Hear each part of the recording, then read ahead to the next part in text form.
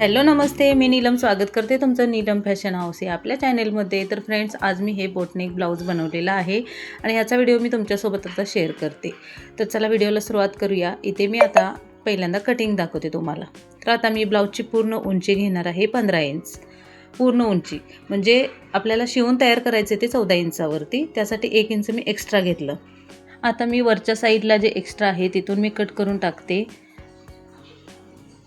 त्यानंतर आता boat neck ब्लाऊजचा shoulder आपण 7-7.5 इंच ठेवू शकतो. तर आता माझी छाती आहे 36, तर 36 साईजचा मी शोल्डर ठेवते तर 7 इंच. तर 7 इंचावरती खूण करून घेतली आणि मुंडासुद्धा मी 7 इंचावरतीच ठेवते 36 साईजचा. त्यानंतर इथे मी सगळीकडे आखून घेते.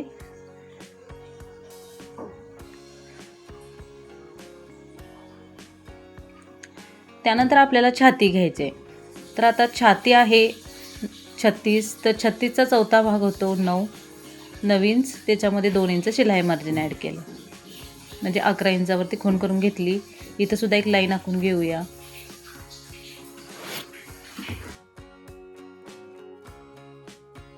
त्यानंतर आता पाठीमागल्या भागासाठी मी इथं 1 इंचावरती खूण करून घेतली आणि इथे गोलाई दिली.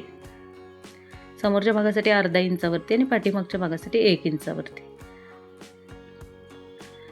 इथं अशी गोलाई देऊन घ्यायची आणि त्यानंतर इथे बघा मी अर्धा इंचाने शोल्डर डाऊन करते बोटनेकचा. त्यानंतर इथे आपल्याला घ्यायचं आहे 4 इंच शोल्डर, म्हणजे 3 इंच गळा रुंदी राहिली आणि 4 इंचाचा शोल्डर झाला. ह्याच्यापेक्षा पण कमी आपण ठेवू शकतो, 3 इंच पण ठेवू शकतो. बोटनेक ब्लाऊज उतरायचा काही संबंध नसतो. त्यानंतर इथे गळा घेतलेला आहे 4 इंचावरती आणि इथे मी आखून घेते. आता मी वरचा गळा करणार आहे गोल. इथे असा गोल मी शेप देऊन घेतला. त्यानंतर आता आपल्याला कमर घेर टाकायचं आहे. तर आता कमर घेर आहे 32, तर 8 चोक 32 चौथा भाग होतो आणि 2 इंच शिलाई मार्जिन. तर आता ही लाईन सुद्धा अशी आखून घेऊया. बोटनेक ब्लाऊजचं इथं मार्किंग करून झालेलं आहे. आता कटिंग करून घेऊया.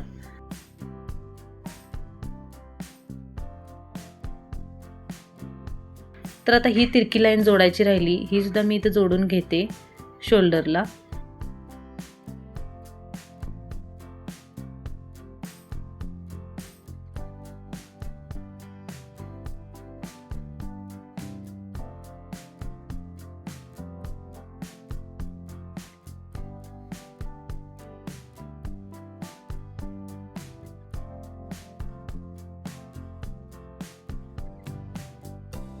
आता आपण पाठीतल्या टक्सची खूण करून घ्यायची आहे. तर इथे शोल्डरचा निम्मा घेतला, 4 इंच शोल्डर आहे त्याचा निम्मा 2 इंच घेतला. आता बघा तिथून खाली आपल्याला टक्स पॉईंट काढून घ्यायचा आहे. इथे टक्स पॉईंट काढून घेतला, तिथून वरती आपल्याला 4 इंचावरती टक्स मारायचे. तर इकडे पाव इंच इकडे पाव इंच असं करून आपल्याला अर्धा इंचावरती इथे टक्स टाकायचे. अशीच दोन्ही साईडला सुद्धा टक्स टाकून घेऊया. शिवते वेळी आपण. तर आता मेन कपड्यावरती सुद्धा याचं कटिंग करून घेते.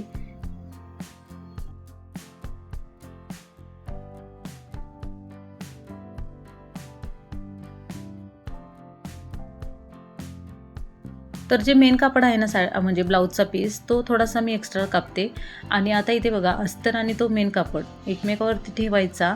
मी पहिला सगळीकडे पिना लावून घ्यायच्या, कारण कापड एकदमच मेन कापड आहे ना, ते खूपच एकदम असं शिवता येत नाही, सिल्की आहे. तर आता त्याच्यावरती बघा अशा पिना लावून घेतल्या ना की शिलाई मारायला पण आपल्याला सोपी जाते.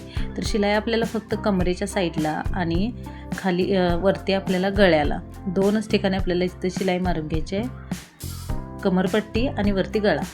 जर गळ्याला तुम्ही कॅनव्हास जोडणार असेल तर गळा नंतर तयार केला तरी चालतो. तर मी आता इथे गळासुद्धा लगेचच तयार करून घेतला आहे.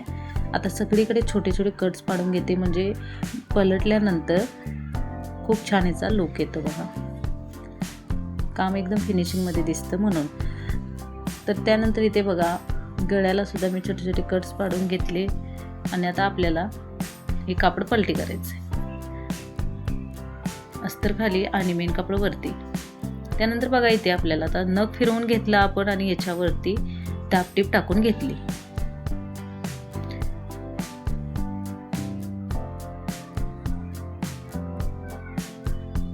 आता सगळीकडेच अशी शिलाई आपण टाकत जाऊन अस्तर आणि मेन कापड एकमेकाला जोडून घ्यायचंय.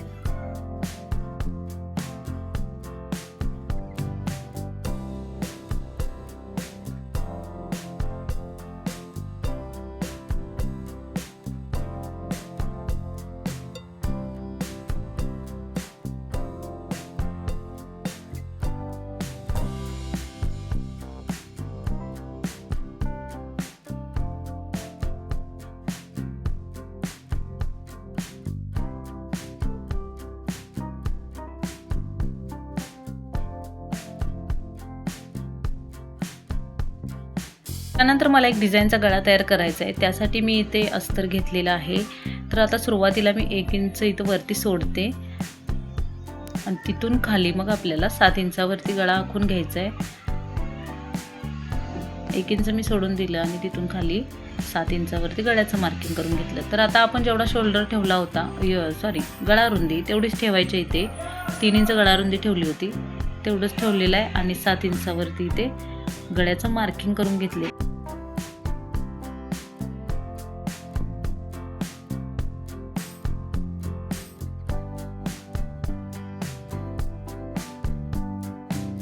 त्यानंतर आपल्याला गळ्याची डिझाईन ज्या प्रकारे करायची आहे तशी डिझाईन इथे करून घ्यायची.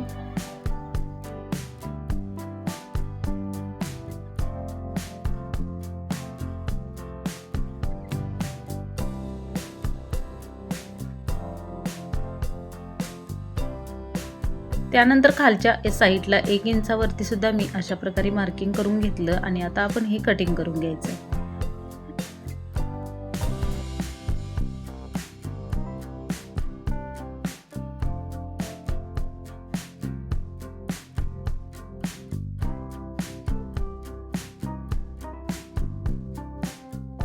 तर फ्रेंड्स, तुम्ही बघू शकताय किती सुंदर इथं गळा तयार झालेला आहे. आता कॅनव्हास पेपरवरती हा गळ्याचं परत एकदा आपण मार्किंग करून घेऊन हा गळा कट करूया कॅनव्हास पेपरवरती. जर तुम्हाला कॅनव्हास पेपरवरती करायचा नसेल तर तुम्ही अशाच प्रकारे गळा जोडू शकता.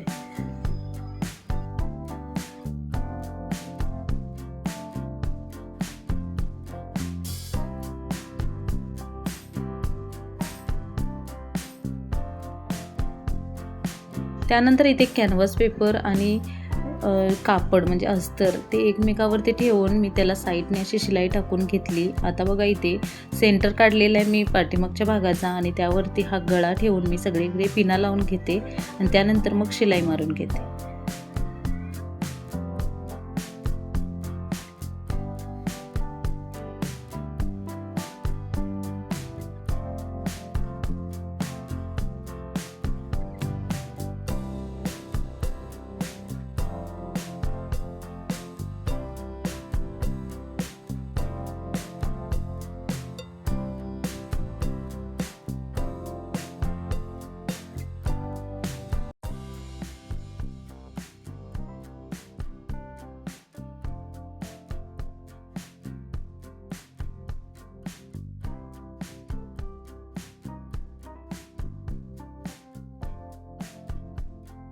कट्स पाडून घेतले आणि त्यानंतर गळा इथे पलटून मी त्याच्यावरती एक दाब टीप टाकून घेते.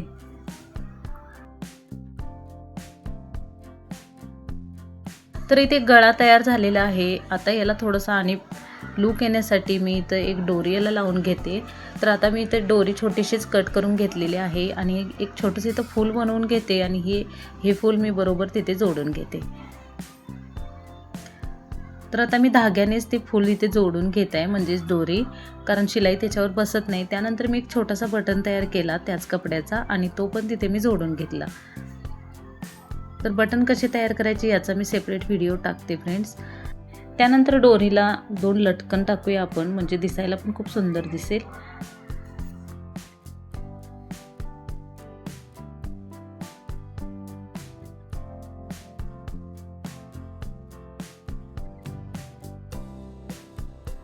तर इथे बोटनेक गळा तयार झालेला आहे. तुम्ही बघू शकता याचा फायनल लुक कसा आहे.